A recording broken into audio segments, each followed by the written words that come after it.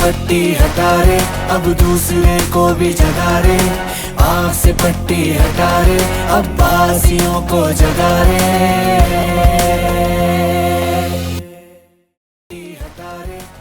इसहाक डार की बांग्लादेशी मशीर खारजा से मुलाकात, दो तरफा ताल्लुकात को मजीद मजबूत बनाने के अज़म का अयादा। डिप्टी वज़ीर आज़म और वज़ीर खारजा सेनेटर मोहम्मद इसहाक डार ने ढाका में बांग्लादेश के मशीर खारजा अमीर मोहम्मद तौहीद हुसैन से तफसीली मुलाकात की।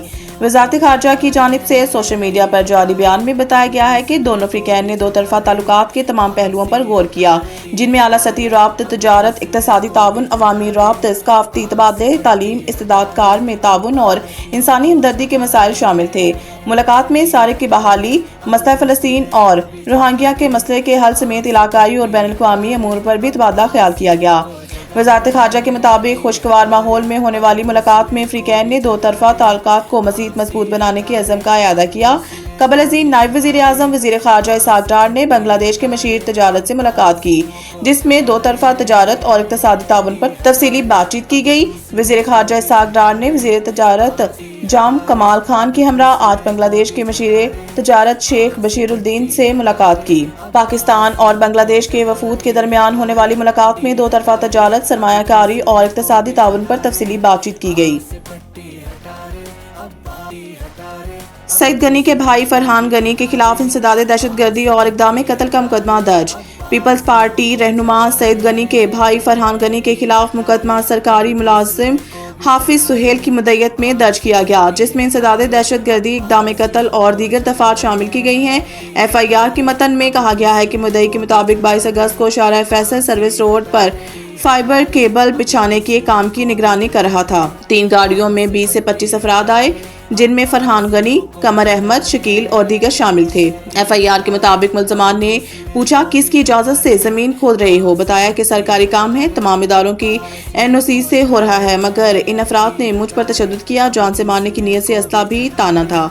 FIR के मुताबिक मुद्दई मुकदमा ने बताया है कि इन्हें करीबी पेट्रोल पंप के कमरे में ले जाकर तशद्दुद किया गया और फिर पुलिस मोबाइल आ गई और इनसे छुड़ाकर थाने ले आई।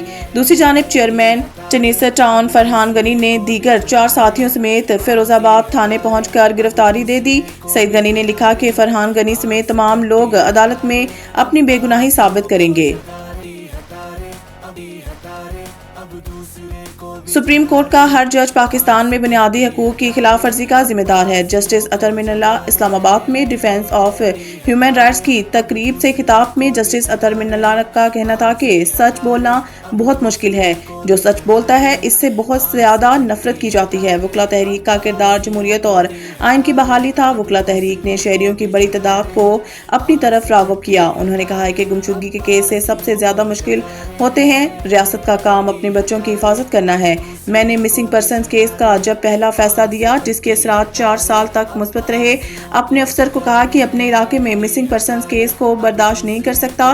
सरकार का काम एहतसाब करना है, सबकी हिफाजत करना है। आईनी अदालत को 24 घंटे खुले रहना चाहिए। मैंने फैसले में कहा कि मिसिंग पर्सन केस में किसी सरकारी अफसर के साथ नरमी नहीं दिखाई जाएगी।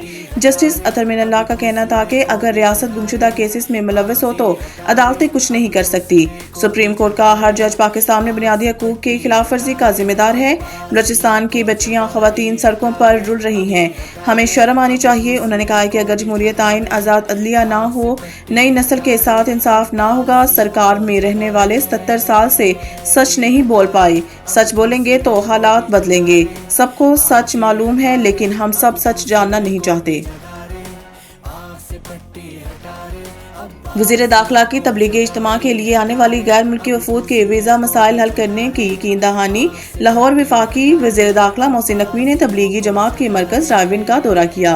वज़ीर दाखिला सेनेटर मोहसिन नकवी ने तबलीगी जमात के अकाबरिन मौलाना मोहम्मद अहमद बटलर, मौलाना उबैदुल्ला, डॉक्टर सलीम और दीगर से मुलाकात की। तबलीगी जमात के अकाबरिन ने मोहसिन नकवी को नवंबर में होने वाले आलमी तबलीगी इज्तिमा के इंतजामात से आगाह किया, जबकि वज़ीर दाखिला मोहसिन नकवी ने दीन इस्लाम के लिए तबलीगी जमात के अकाबरिन की खिदमात को सराहा।